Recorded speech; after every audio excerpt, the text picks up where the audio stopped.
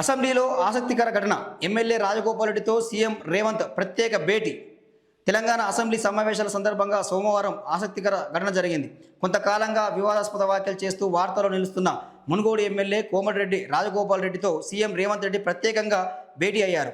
లాబీలో ఉన్న రాజగోపాల్ రెడ్డిని చెయ్యి పట్టుకొని సీఎం కౌన్సిల్లోని తన ఛాంబర్కు తీసుకెళ్లారు. అక్కడ దాదాపుగా వీరిద్దరూ 10 నిమిషాల పాటు సమావేశమయ్యారు. దీంతో వారు ఏం మాట్లాడుకున్నారనేది రాజకీయ వర్గాల్లో హాట్ టాపిక్గా మారింది. కొంతకాలంగా రాజగోపాల్ రెడ్డి వ్యవహరిస్తున్న తీరుతో ఒక రకంగా పార్టీ ప్రభుత్వం ఇబ్బందులు ఎదుర్కొంటున్న నేపథ్యంలో ఈ భేటీకి ప్రాధాన్యం ఏర్పడింది.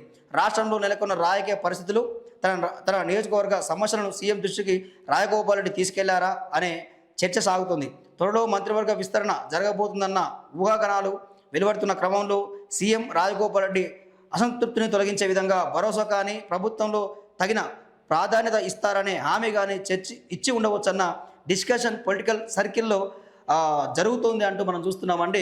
రేవంత్ రెడ్డి ఏమైనా హామీ ఇచ్చిండా?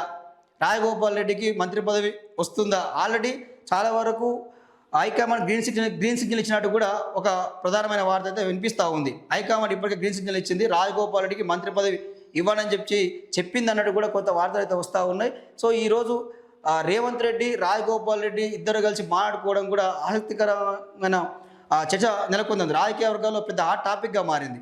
సో ఏం మాట్లాడుకున్నారు? నియోజకవర్గ సమస్యల గురించి మాట్లాడుకున్నారా? మంత్రివర్గ సమస్య గురించి మాట్లాడుకోవాలి. లేదా ప్రభుత్వంలో నీకు తగిన ప్రాధాన్యం లభిస్తుంది అంటే అర్థమైందిగా.